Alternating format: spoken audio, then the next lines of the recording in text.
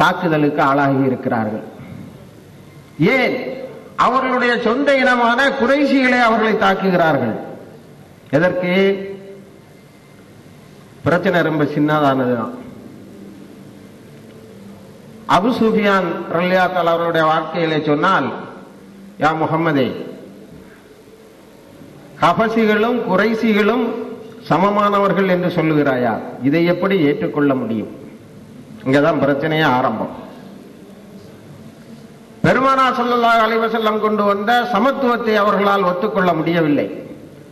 பெருமானார் ஸல்லல்லாஹு அலைஹி வஸல்லம் அவர்கள் பிரகடனப்படுத்திய இறைவன் சொன்ன நீதியை அவர்களால் ஒத்துக்கொள்ள முடியவில்லை.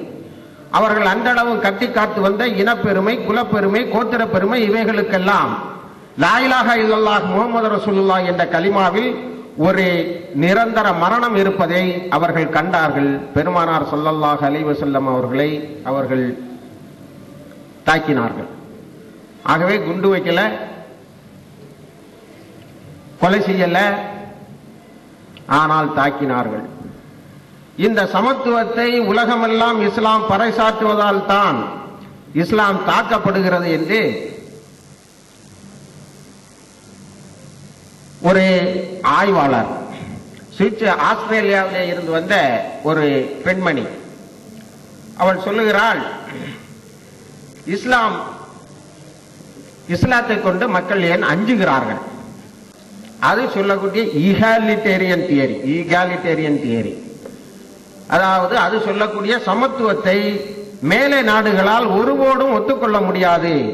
கருப்பர்களையும் வெள்ளையர்களும் ஒன்று போன்றவர்கள், சமமானவர்கள், சமமான உரிமை கொண்டவர்கள் மட்டுமல்ல, சுருட்டை முடியையும் தடித்த உதடுகளையும் கொண்ட ஒரு கருப்பரே உங்களுக்கு தலைவராக நியமிக்கப்பட்டால் அவர்களை ஏற்றுக்கொள்வதை தவிர உங்களுக்கு வேறு மார்க்கமில்லை என்று சொல்லக்கூடிய இந்த மார்க்கத்தை அவர்களால் பொறுத்து கொள்ள முடியவில்லை. இந்தியாவிலே இஸ்லாம் ஏன் தாக்கப்படுகிறது என்பதை வி.டி. ராஜசேகர் என்பவர் மிக அழகாக சொல்லுவார். இந்தியா என்பது இங்கே செக்குலரிசத்தை பேசினாலும், இன்னும் என்னென்ன இசங்கள் உண்டோ அதையெல்லாம் பேசினாலும், இது 4 வர்ணங்களை அடிப்படையாக கொண்ட ஒரு சமுதாய அமைப்பை கொண்டது. தலையில இருந்து பிறந்தான், தோல்ல இருந்து பிறந்தான், காலில் இருந்து பிறந்தான், கையில இருந்து பிறந்தான். ஆகவே தீண்டத்தகாதவர்கள் என்று ஒரு பெரும் சமுதாயத்தை முத்திரை குத்தி அந்த சமுதாயத்தை சுரண்டி அனுபவித்துக் கொண்டிருக்கிற ஒரு வர்ணாதர தர்மம் இங்கே செயல்பட்டு கொண்டிருக்கிறது. அதற்கு பல்வேறு பெயர்கள், இந்துத்துவா என்று சொல்வார்கள். இப்படி எத்தனையோ பெயர்களை வைத்து இங்கேயும் அதே வர்ணாசர தர்மத்தை, ஒரு தீண்டாமையை இங்கே கற்பித்துக் கொண்டிருக்கிறார்கள். இங்கே அந்த தலித் சகோதரர்களும் ஏனையவர்களும் சமம் என்று சொன்னால் இவர்கள் எதை வேண்டுமானாலும் பொறுத்துக் கொள்வார்கள், இதை பொறுத்துக் கொள்ள மாட்டார்கள் என்று வி.டி. ராஜசேகர் அவர்கள் சொல்லுகிறார்கள். புத்த மதம் ஒன்று இந்த சமத்துவத்தை இங்கே நிலைநாட்டுவதற்கு சற்று முயற்சி செய்தது. என்ன செய்தார்கள் தெரியுமா? அது இந்தியாவிலே இல்லை. இப்போ அது சிலோன்ல, ஜப்பான்ல, இங்கெல்லாம் அது சுத்திட்டு இருக்கு. அந்த மதத்தையே இந்த நாட்டை விட்டு விரட்டி விட்டார்கள். திராவிட இயக்கங்கள் இந்த திராவிட கழகம் என்றுதான் இங்கே கட்சி ஆரம்பிக்க முடிகிறது. அப்படித்தான் இங்கே வாழ்க்கையை நடத்த முடிகிறது. இந்த இயக்கங்கள் எல்லாம் இந்த தீண்டாமைக்கு தீர்வு கண்டு விடுவோம் என்று வந்தார்கள்.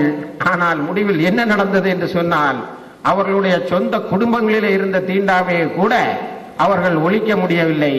இன்று அவர்கள் பதவி பதவி பதவி என்று ஒரே லட்சியத்தை நோக்கி போய்விட்டார்கள். ஆகவே இங்கே திராவிட கழகங்கள் முழுமையாக தோற்றன என்பதே உண்மை. இந்த நிலையில் இந்தியாவிலே இருக்கின்ற தீண்டாமை தமிழ்நாட்டில் இருக்கிறது போல உள்ள இல்ல, ஆந்திராவில் இருக்கிறது அதை விட மோசம். தீய திங்க வச்சிருக்கான், மலத்தை திங்க வச்சிருக்கான். அதை விட மோசம் நார்த் இந்தியால. 2 நாளைக்கு முன்னாடி நீங்க பேப்பர்ல பார்த்திருப்பியோ, ஒரு தலித் சகோதரிய இதே சோலாப்பூர்ல 4 மணி நேரம் நிர்வாணப்படுத்தி தெருவில் நிக்க வச்சிருக்கான். சுத்தி மக்கள்லாம் பார்த்து நிக்கிறாங்க, யாரும் கிட்ட போக முடியல. அதற்கு பிறகு அவன் சோழ காட்டுல போய் பதுங்கிக்கிட்டான்னு சொல்லப்படுது. அவன் உயிரோட இருக்காளா இல்லையாங்கிறது தெரியல. 4 நாளைக்கு முன்னாடி இங்கே எல்லாம் இஸ்லாம் புகுந்து ஆண்டான் என்றொன்று இல்லை, அடிமை என்றொன்று